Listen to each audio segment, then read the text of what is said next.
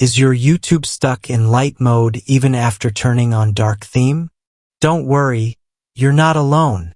In this video, I'll guide you step by step on how to fix the YouTube dark theme not working, whether you're on a browser, Android, or iOS. Let's get that dark mode back and save your eyes, day or night. First is open your YouTube app and go to Settings, click General, and click the appearance.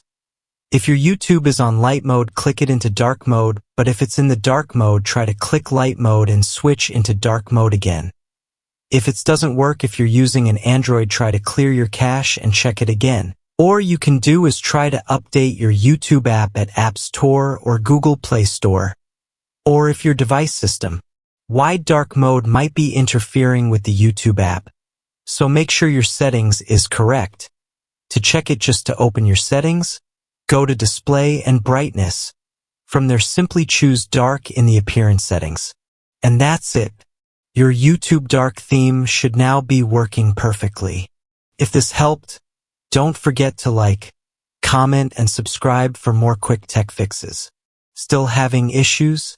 Drop your question in the comments and I'll be happy to help. Thanks for watching.